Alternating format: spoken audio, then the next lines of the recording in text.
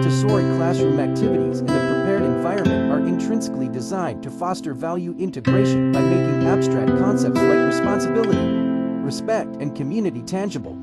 Independence and responsibility. The prepared environment is set up with child-sized furniture and materials that are accessible and easy to use. This design directly promotes independence. Activities like practical life exercises, such as sweeping up spills, watering plants. The materials in a Montessori classroom are often made of natural, breakable materials like glass and wood, teaching children to handle them with care and respect. The materials in a Montessori classroom are often made of natural, breakable materials like glass and wood, teaching children to